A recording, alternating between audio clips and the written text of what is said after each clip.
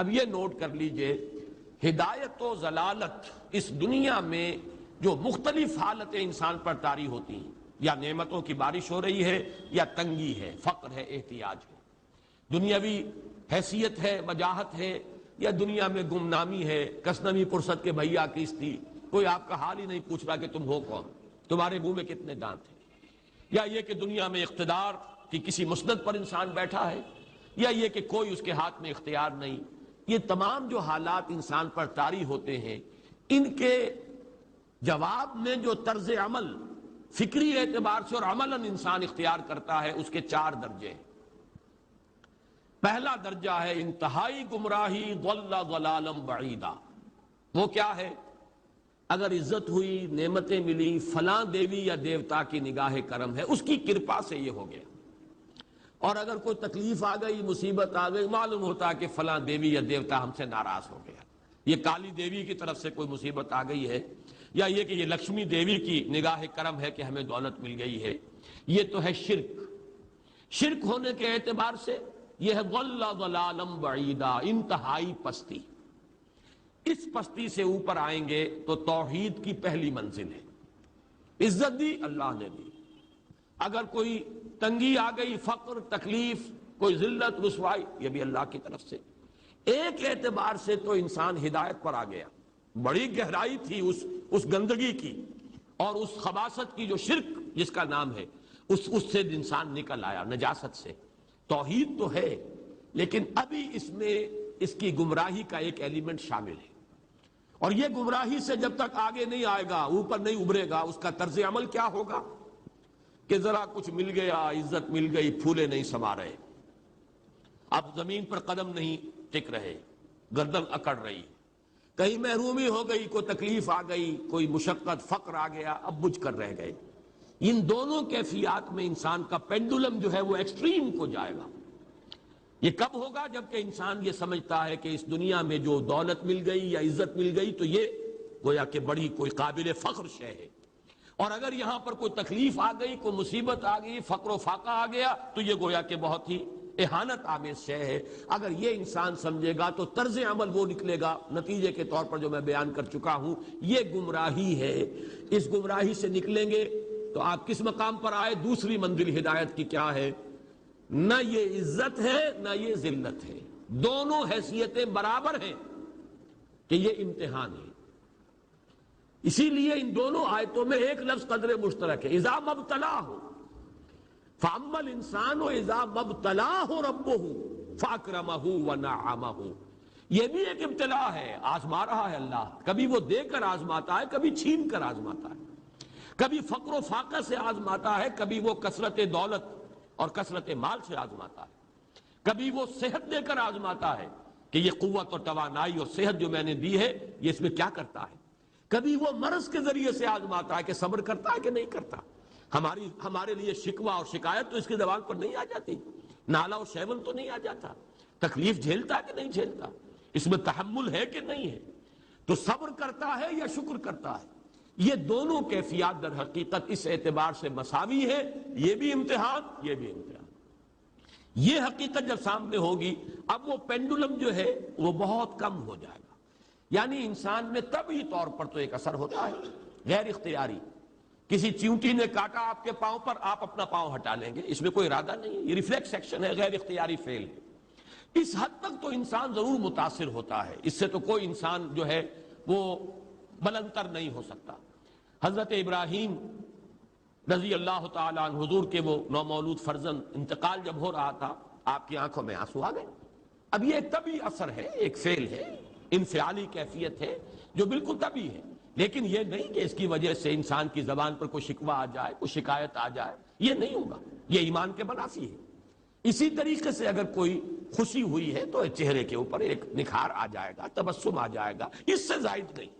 اس حد تک تو یوں سمجھیے کہ انسان کا طبعی تقاضا ہے۔ اس سے زیادہ یہ پینڈولم اگر سوئنگ کر رہا ہے تو گویا کہ اس حقیقت سے انسان محجوب ہے کہ یہ بھی امتحان ہے، یہ بھی امتحان ہے، جو ہم سورہ حدید میں پڑھ چکے ہیں۔ ما اصاب من مصیبت فی الارض ولا فی انفسکم الا فی کتاب من قبل ان نبراها ان ذلک علی اللہ یسیر لکی لا تعصوا علی ما فاتکم ولا تفرحوا بما آتاکم۔ اللہ تمہیں کچھ دے تو اتراؤ مت، اللہ تم سے کچھ چھین لے تو اس کے اوپر افسوس مت کرو۔ یہ نتیجہ ایمان کا نکلنا چاہیے۔ اگر تمہیں ایمان ہے اللہ پر، اگر تمہیں یقین ہے کہ جو کچھ ہوا ہے اللہ کے اذن کے بغیر نہیں ہوا، اگر تمہیں یقین ہے کہ اللہ نے جو میرے لیے طے کیا ہے اس میں میرے لیے خیر ہی ہے، چاہے فی الحال فی الوقت فوری طور پر مجھے ناگوار محسوس ہو رہی ہے بات، لیکن یقیناً میرے لیے اس میں خیر ہے میرے رب کی طرف سے، کہ ہر چہ ساقی ما ریخت عین الطاف۔ ہم تو شارٹ سائٹڈ ہیں، ہم دیکھ نہیں سکتے کسی شے کو، ہم اس کے ظاہر کو دیکھ کر گھبرا اٹھتے ہیں کہ یہ تو تکلیف آ گئی، کیا پتا اسی کے پردے میں اللہ کی رحمت آ رہی ہے۔ میں نے وہ رئیس امروہوی کے اشعار آپ کو کئی دفعہ سنائے ہیں۔ وہ وقت آیا کہ ہم کو قدرت ہماری سعی و عمل کا پھل دے، بتا رہی ہے یہ ظلمت شب کہ صبح نزدیک آ رہی ہے، ابھی ہے کچھ امتحان باقی فلاکتوں کے نشان باقی، قدم نہ پیچھے ہٹے کہ قسمت ابھی ہمیں آزما رہی ہے۔ رئیس اہل نظر سے کہہ دو کہ آزمائش سے جی نہ ہارے، جسے سمجھتے ہو آزمائش وہی تو بگڑی بنا رہی ہے۔ اسی آزمائش سے تو بگڑی بنے گی، اسی سے تو تمہارا خیر جو ہے اجاگر ہوگا، سامنے آئے گا، پتہ چلے گا who's who, what is what۔ ابو بکر میں کتنا یقین اور ایمان تھا، یہ کیسے معلوم ہوگا؟ کیسے معلوم ہوگا کہ بلال میں کتنا سہار، کتنا تحمل تھا، کتنا صبر تھا، اگر وہ مصیبت ان پر نہ آتی کہ جو امیہ ابن خلف کے ہاتھوں ان پر قیامت ٹوٹ رہی تھی۔ تو یہ ساری چیزیں جو ہے ما اصاب من مصیبت فی الارض ولا فی انفسکم الا فی کتاب من قبل ان نبرأ ان ذلک علی اللہ یسیر لکی لا تعصوا علی ما فاتکم ولا تفرحوا بما آتاکم واللہ لا یحب کل مختال فخور۔ اگر اس حقیقت سے محجوب ہو جاؤ گے تو پھر اختیال اور فخر اور گھمنڈ پیدا ہو جائے گا تمہارے اندر، یا دوسری طرف مایوسی، کمر ہمت ٹوٹ کر رہ جائے گی، خودکشی کرنے کو انسان آمادہ ہو جاتا ہے، ذرا کوئی ناکامی دنیا میں آ گئی، کوئی تکلیف آ گئی۔ یہ ہے در حقیقت تیسری منزل، ہدایت کی دوسری سیڑھی۔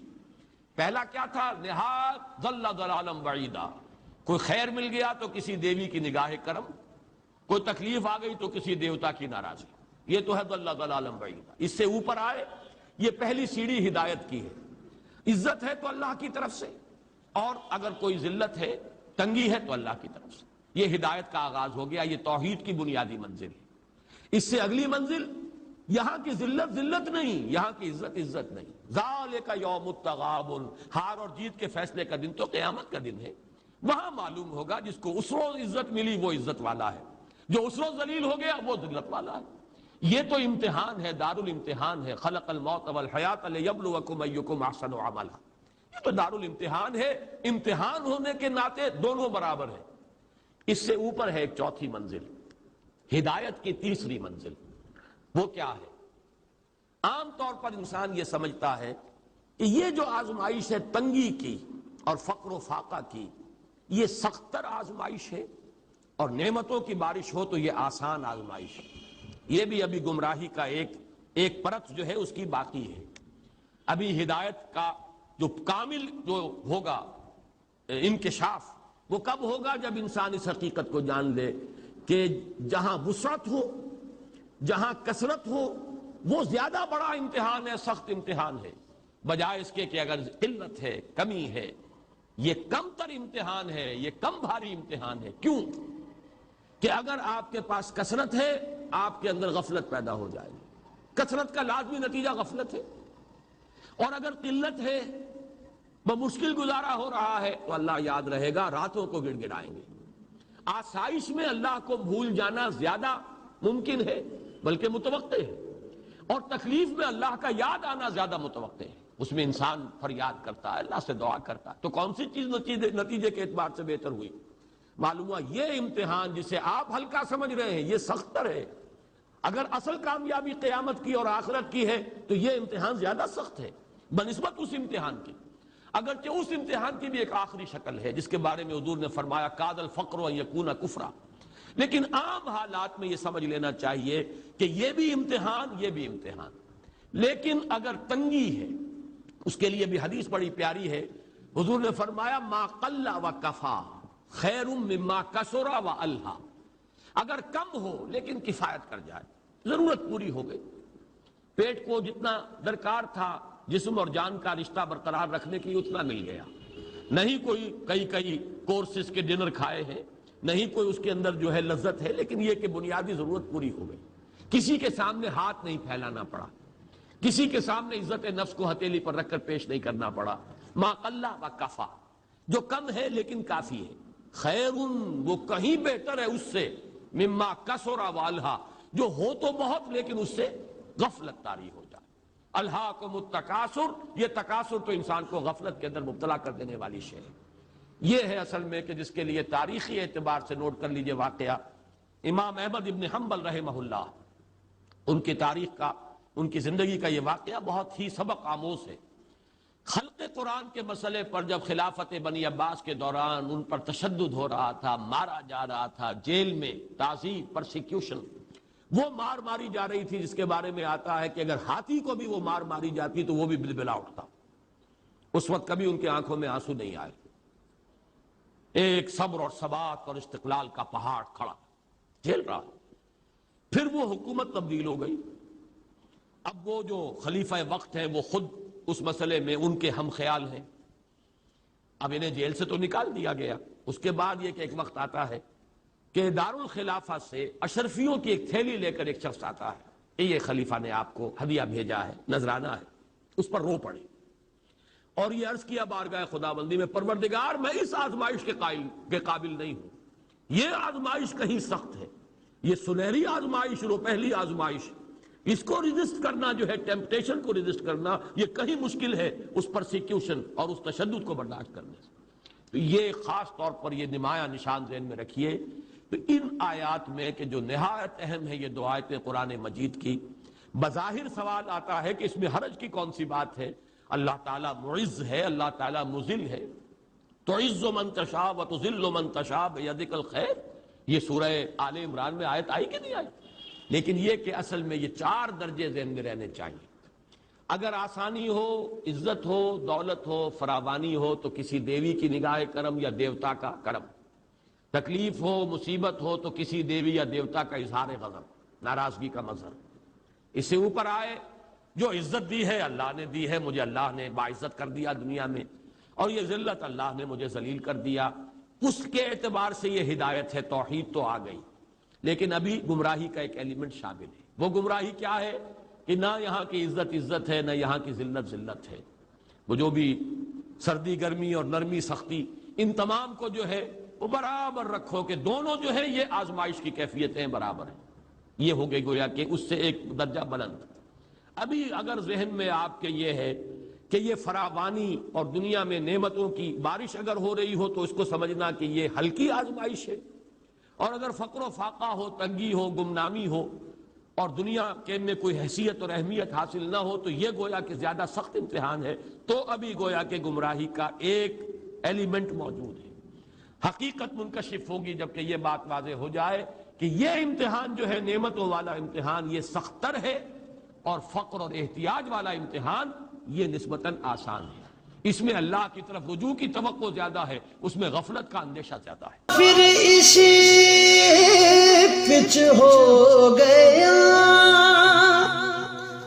پھر تشبیہ مصلا کی کرنا، اساں ظاہر نوں رب من آئے، باطن دا اللہ کی کرنا، اساں ظاہر نوں رب من آئے، باطن دا اللہ